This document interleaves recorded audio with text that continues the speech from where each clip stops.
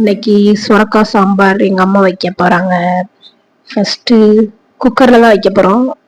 ஒரே பாத்திரத்துல முடிஞ்சிடும்.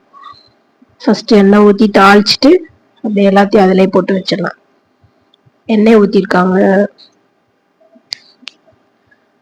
அப்புறம் கடுகு போடுறாங்க.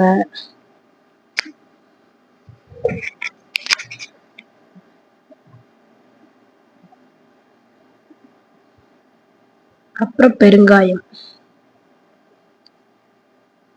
ஒருத்தவங்க தனியா காய வதக்கிட்டு திருப்பி பருப்பை வேக வச்சுட்டு தனித்தனியா பண்ணுவாங்க. நாங்க ஒரே குக்கர்லயே வச்சிருவோம்.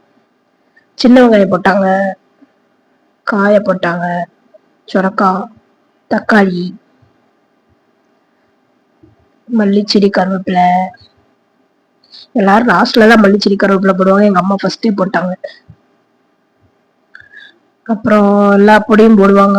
அவ்வளவுதான், சாம்பார் முடிஞ்சிச்சு. சிம்பிள்.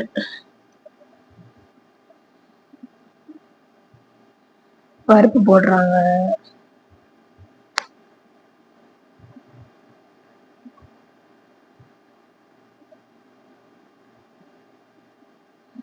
அப்புறம் சாம்பார் பொடி,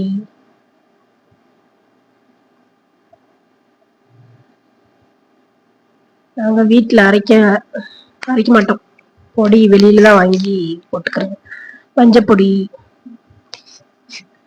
அப்புறம் குழம்பு பொடி, மல்லிப்பொடி, எல்லா பொடியும் போட்டாச்சு. திருப்பி சாம்பார் பொடி.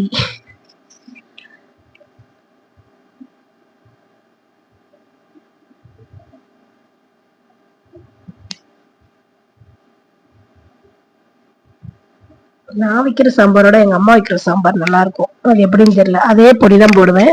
நான் வச்சா நல்லா இருக்காது. மிளகா பொடி, எல்லா பொடியும் போட்டாச்சு. இந்த பொடி, சாம்பார் பொடி, குழம்பு பொடி, மல்லிப்பொடி, மஞ்சள் பொடி, மிளகா பொடி, 5 பொடி போட்டிருக்காங்க. அப்புறம் உப்பு, கல்லுப்பு கொஞ்சம் தேவையான அளவு போட்டு குக்கர்ல மூடி ஒரு 3 விசில் 4 விசில் வச்சிங்கன்னா சாம்பார் ரெடி.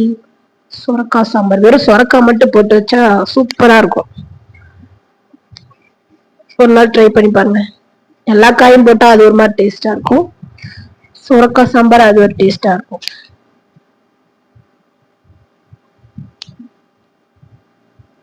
சரி, சுரக்காய் இல்ல, புடலங்காய் சாம்பார்.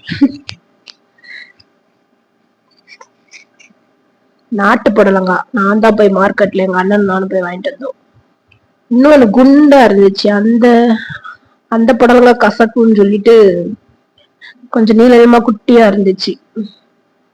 படத்துல கேட்பாங்கல்ல, பாம்பு மாதிரி இருக்கும் புடலங்கான்ட்டு, அந்த மாதிரி குட்டி குட்டியா நீளமா இருந்துச்சு. அது நல்லா நாட்டு சுரக்காய் போல, நாட்டு புடலங்காய் போல. அததான் வாங்கிட்டு வந்தேன். டேஸ்டா இருக்கும் அது.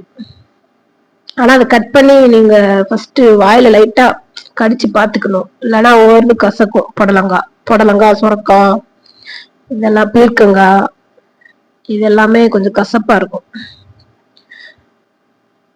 அப்புறம் எங்க அம்மா கொஞ்சம் தண்ணி அதுல வேணுங்கிற அளவு, முங்குற அளவுக்கு மட்டும் ஊத்தி விசில் வச்சுட்டாங்க. அவ்வளவுதான், முடிஞ்சது. 3 விசில் வச்சுட்டு இறக்கிற வேண்டியதுதான். அப்புறம் சாப்பிட வேண்டியதுதான்.